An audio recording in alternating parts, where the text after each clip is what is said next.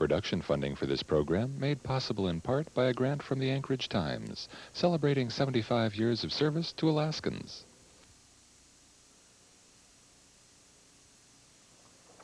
When the 19th century ended and the 20th century began, the quest for wealth and land was never so great. An attitude of prosperity, huge construction projects, inventions, and expansionism prevailed around the world. It was a time of giant engineering projects. The Trans-Siberian, Union Pacific, Santa Fe, and Great Northern Railroads crossed the hostile territories of Russia and North America, thus opening new lands to settlement and development. The Suez Canal linked the Indian Ocean to the Mediterranean, and the Panama Canal was soon to connect the Pacific and Atlantic Oceans. Suddenly, people could travel from Liverpool, England to New York by steamship in 6 days, and then travel nearly 3,000 miles by rail to Sacramento, California in just another week. The world was becoming smaller as we moved from horse-drawn stagecoaches to steam-driven trains. In 1896, near Dawson in the Yukon Territory, the discovery of gold brought a stampede of men and women to northwest Canada and the Alaska Territory. Miners and entrepreneurs headed north to seek their fortunes in the gold fields. Stories abounded with tales of gold and copper deposits and of extensive coal fields. These discoveries drew the interest of investors and speculators, J.P. Morgan, the Guggenheims, and a host of others.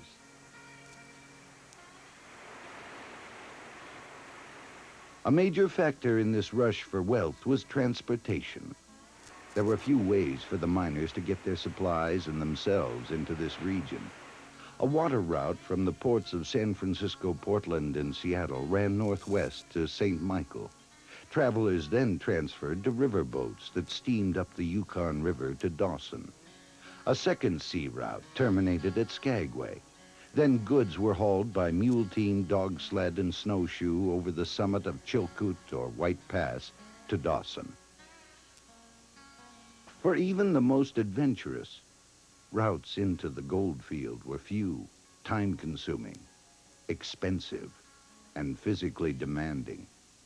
A railroad was needed to solve the problem.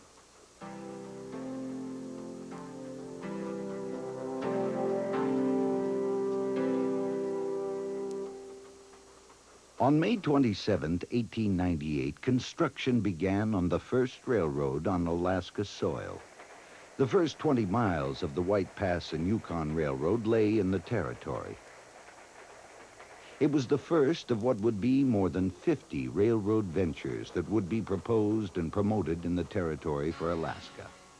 Most railroads existed only on paper, but some companies did in fact survey preliminary routes and investigated natural resources along proposed routes. During 1899, Congress passed a Homesteading Act to open up Alaska. That bill granted railroad companies land for roadbeds, terminals, timber, and gravel fill along the right-of-way. In 1903, survey work began in Seward for the Alaska Central Railway. The Alaska Central would link the ice-free waters of the Gulf of Alaska with the Yukon River and open the rich coal fields of the Matanuska Valley. Construction began in 1904. A year later, construction started on a railroad from Cordova north into the Wrangell Mountains. It was guided by the Alaska Syndicate, a group formed by the wealthy East Coast financiers J.P. Morgan and the Guggenheim brothers. This would become the Copper River and Northwestern Railway that hauled copper and silver ore from the Kennecott mining district to Cordova. At about the same time, in the Fairbanks area, construction began on the Tanana Valley Railroad. Built from 1905 to 1907 by Falk and Jocelyn, the 45-mile narrow-gauge railroad would service thousands of miners working in hundreds of gold mines in the Tanana Valley. Of the many proposed, only 9 railroads were actually constructed and operated in Alaska, and for the most part, they were short-lived. Gold, coal, or fish-hauling ventures that lasted only as long as the resources they carried. In the East, political columnists began to accuse the Alaska Syndicate of attempting to create a monopoly. Why? The syndicate had acquired Northwestern Fisheries, which owned 12 of the 40 Alaskan fish canneries. Then, seeking to control ocean transportation, the syndicate bought the Northwestern Steamship and Alaska Steamship companies. The syndicate needed coal to fuel its mines, railroads, canneries, and steamships, so it then sought to control the choicest of Alaska coal lands. Fearing exhaustion of Alaska's natural resources, President Theodore Roosevelt, in November of 1906, signed an executive order withdrawing from claim and entry all coal lands still in the public domain. The act was an attempt to reserve Alaska's future coal and oil resources for those filing for land and mineral rights under the homestead laws. Alaska for Alaskans was the platform of James Wickersham, campaigning in 1908 for Alaska's one non-voting delegate to Congress, and he was elected largely because of his anti-Guggenheim stand. He was to play a significant role in the introduction and passage of the bills that would give Alaska home rule and build the Alaska Railroad.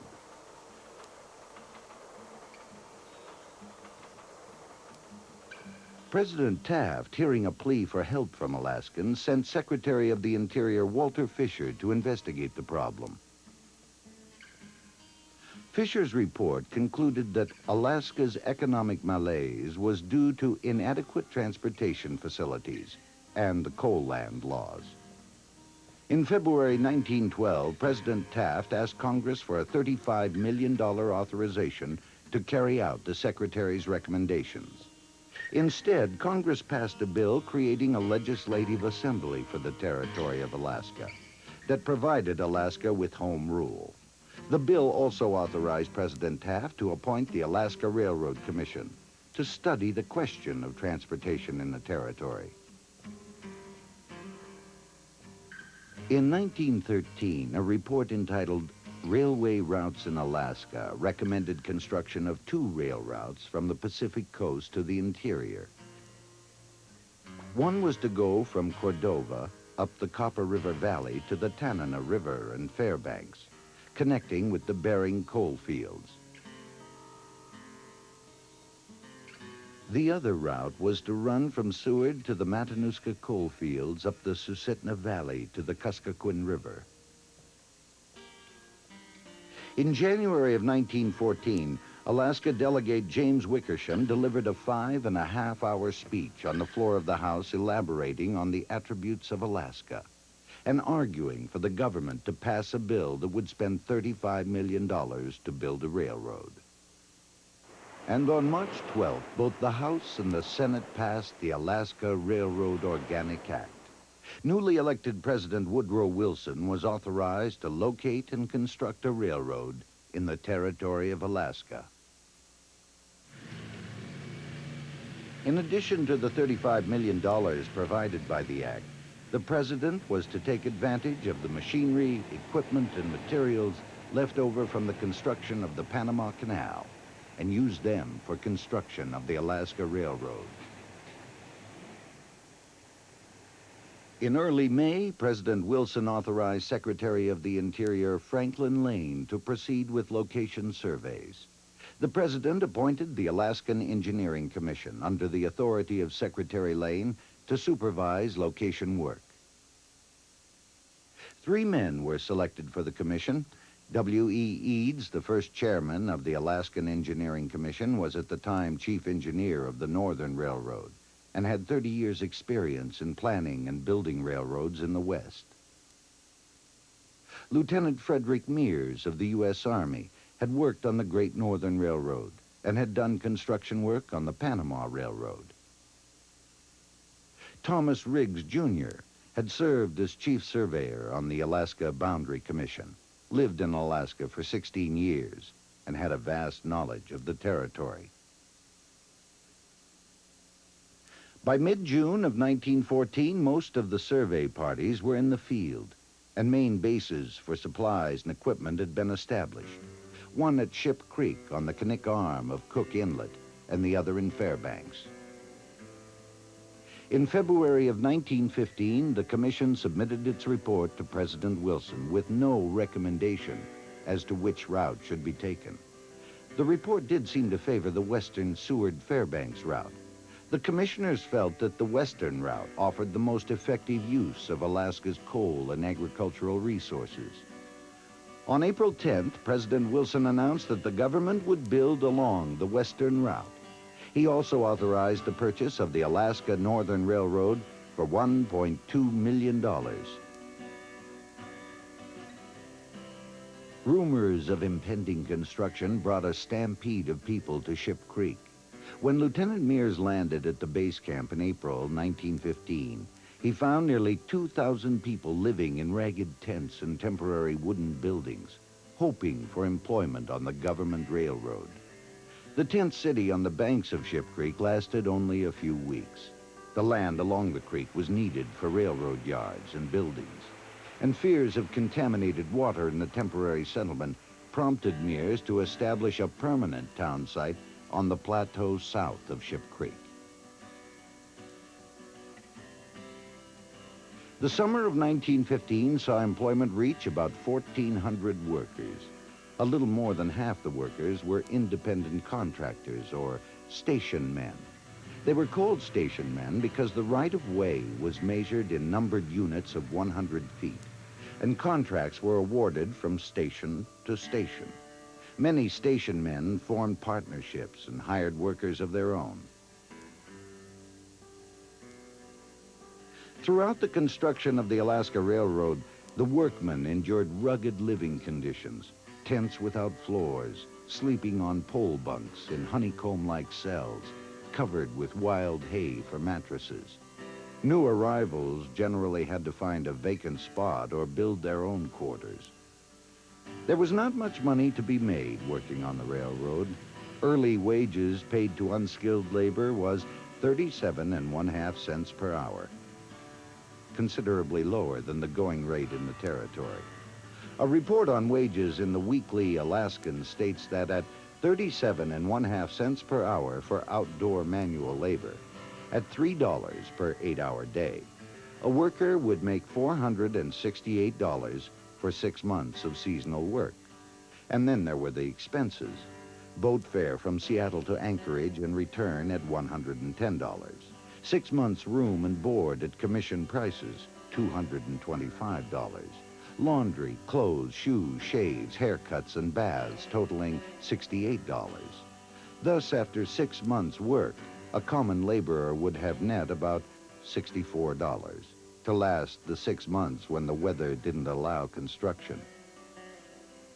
It is little wonder that the commission posted a notice in the Seattle steamship offices discouraging outsiders. Those going to Ship Creek, Alaska, with the idea of finding ready employment on the new work will be largely disappointed. But there were workers and work to be done. Mears started clearing right-of-way in May 1916. By September, Anchorage and Seward were linked with telephone and telegraph connections. And by the end of that year, grading had been completed for 35 miles, and right-of-way cleared for 40 miles, and track had been laid for 13 miles.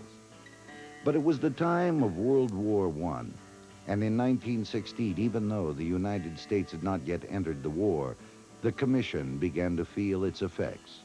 The railroad faced increased ocean freight rates and rising costs for material and labor. But work did progress. On the Northern Division, a pioneer party reached the town site of Nenana and began building a dock, warehouse, and wagon roads. By the end of 1916, almost 800 people were living there. In June of 1917, Secretary of the Interior Frank Lane announced the purchase of the Tanana Valley Railroad, the narrow gauge line from Fairbanks to Chattanooga. This gave the government a right-of-way into Fairbanks. It added valued shops, stations, yards, and terminal facilities to the Northern Division.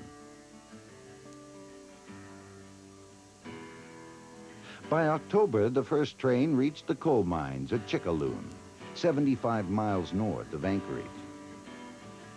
6 days later, the first shipment of coal returned to Anchorage. Employment peaked at 5,675 for 1917.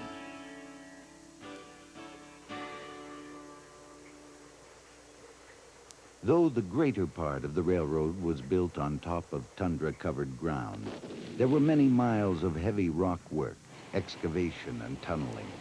During the 5-month work season of 1917, over 4 million cubic yards of solid rock were hand-drilled and hand-excavated along the 30-mile shoreline of Turnagain Arm.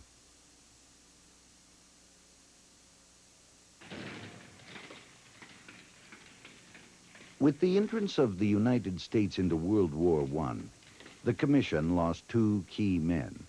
Lieutenant Mears left to accept a promotion to colonel in command of the 31st Engineer Regiment in France. Thomas Riggs resigned to take an appointment as governor of the Alaska Territory.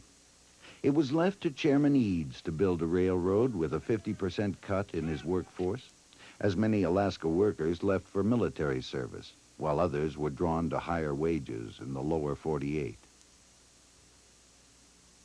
In spite of the many difficulties during the wartime period, construction continued. By the end of 1918, 230 miles of standard gauge line had been built, with 30 miles of siding, spurs, and yard tracks finished. Another 53 miles of line had been graded, 30 miles cleared, and steel gangs linked Seward and Anchorage. In August, due to poor health, Chairman Eads resigned. Colonel Mears returned and was placed in charge of the entire project as chairman and chief engineer. During the war and for a time afterward, construction slowed due to a lack of funds caused by inflation. The Commission had to ask Congress for additional money to complete its work. In October of 1919, Congress authorized $17 million.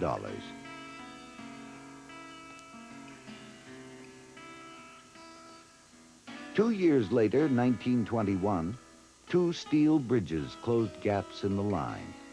On February 2nd, the American Bridge Company completed the 504-foot span across the Susitna River.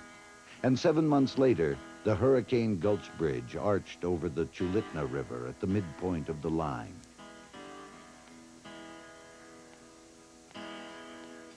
Most of the spring of 1922 was spent building the approaches for the Tanana Bridge site.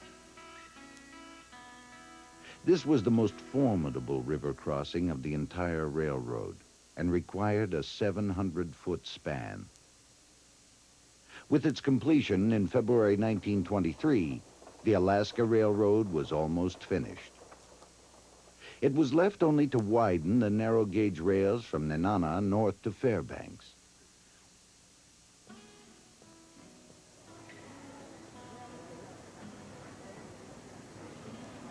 Formal dedication of the railroad came on July 15, 1923. President Warren G. Harding, the 3rd president to be involved in the construction, arrived in Nenana by special train to drive the symbolic golden spike, signifying the completion of the federal government's Alaska Railroad.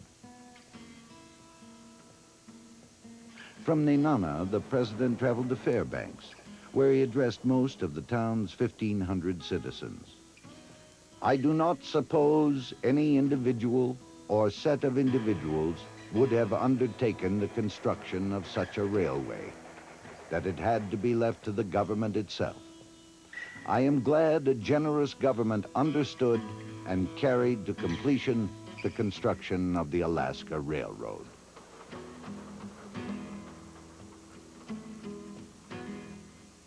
The Alaska Railroad had taken more than 8 years to complete and cost almost $60 million, more than 7 times the amount the United States paid Russia for Alaska in 1867.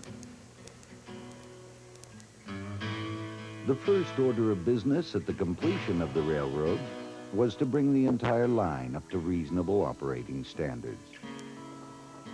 Many stretches of original track and structures built in earlier days were near the point of collapse. Many of the wooden ties, trestles, and bridges had been made from short-lived timber. Tracks needed ballast. Right-of-ways needed improved alignment and grading. In 1928, Colonel Otto Olson was put in charge of the Alaska Railroad, and for the next 17 years, he would be its guiding force. He was a familiar sight out on the line in his Dodge Railmobile. By 1930, the combined population of Seward, Anchorage, and Fairbanks was only 5,400. The population along the route was not large enough to support the operation of the railroad. The annual operating statement of the railroad showed deficit after deficit. Olson cut costs and reorganized the railroad. And in 1938, for the first time since 1923, revenues exceeded expenses.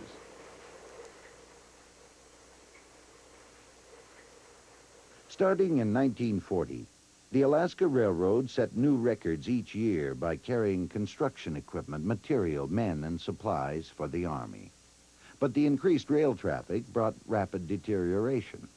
By October of 1942, Olson was complaining that due to the loss of personnel to the armed forces, it was impossible to perform necessary ballast work or replacement of ties.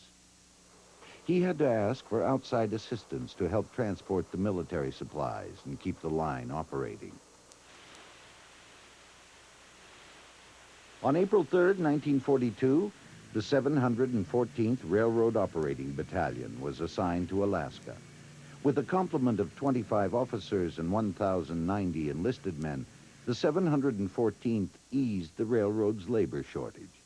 It became commonplace for an engine crew to consist of 1 civilian employee and 1 enlisted man. And for the next 25 months, they worked side by side, keeping the supplies moving. It was also during World War II, in an effort to safeguard the flow of military supplies from Tidewater to Anchorage and Fairbanks, that a branch called the Whittier Cutoff was constructed under the supervision of the Army Engineer Corps. The main line was extended from Whittier on Prince William Sound to Portage Station.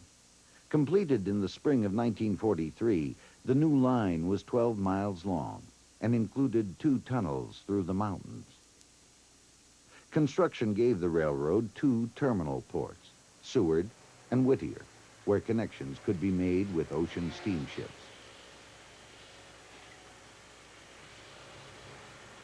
In 1945, at the age of 75, Otto Olson retired. Colonel J.P. Johnson was appointed general manager. The railroad was still in need of extensive repair and rebuilding, and Johnson's first action was an appeal to Congress for funding of major rehabilitation. Congress passed $34 million in appropriations for rebuilding and the purchase of new equipment. Johnson began improvements by eliminating dangerous curves, replacing wooden bridges with steel structures, and replacing 70-pound steel rails with 115-pound rails. He coupled this program with the modernizing and improving of warehouses, shop facilities, freight depots, and other buildings.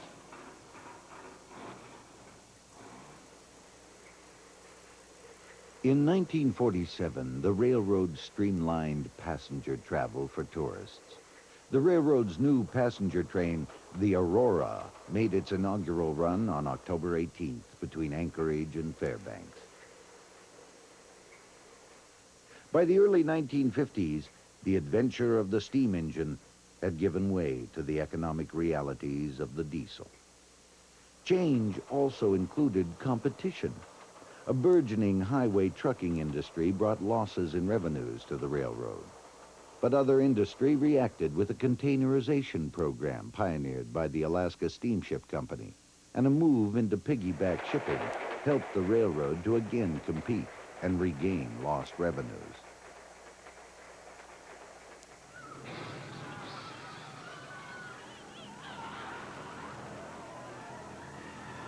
Alaskans and the railroad will long remember March 27, 1964, as the Good Friday earthquake. About $27 million in damage was caused to the railroad in those few minutes that the earth shook.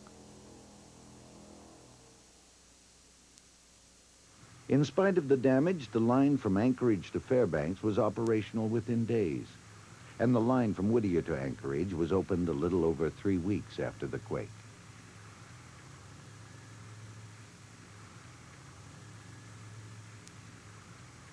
Between 1974 and 1977, during the construction of the Trans-Alaska Pipeline, the railroad prospered, hauling tons of pipe and other oil field supplies and equipment. The railroad emerged from this period of heavy usage in better physical condition than it was at the beginning of the period. In January 1985, under the Alaska Railroad Transfer Act, the federal government sold the railroad to the state of Alaska for $22.3 million. The Alaska legislature created the Alaska Railroad Corporation to operate the railroad and manage its properties. A unique aspect of the Alaska Railroad is the rural or bush service. It moves people and their belongings to remote areas not served by highway or air. It's one of the few railroads left in the world where rural passengers can still flag down a train at almost any point for personal service. The railroad also provides a unique service to Whittier by transporting not only foot passengers, but riders in automobiles and buses. In the late 1980s, with the growing number of port calls by cruise ships, the general increase in tourism and the marketing of train trips as part of package tours, railroad passenger service has greatly increased. Today, both freight and passenger service are available year-round between Anchorage and Fairbanks and Anchorage and Whittier, with summer service offered between Anchorage and Seward.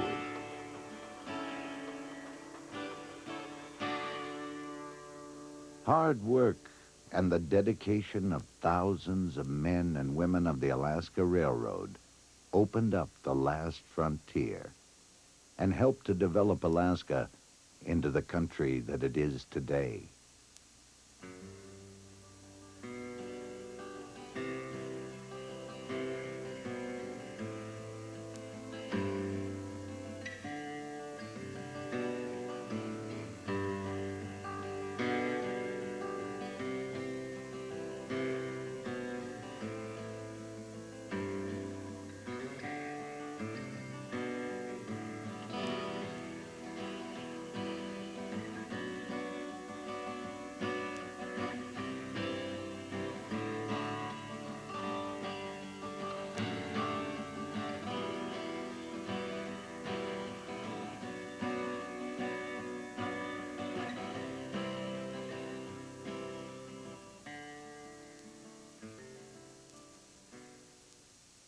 Production funding for this program made possible in part by a grant from the Anchorage Times, celebrating 75 years of service to Alaskans.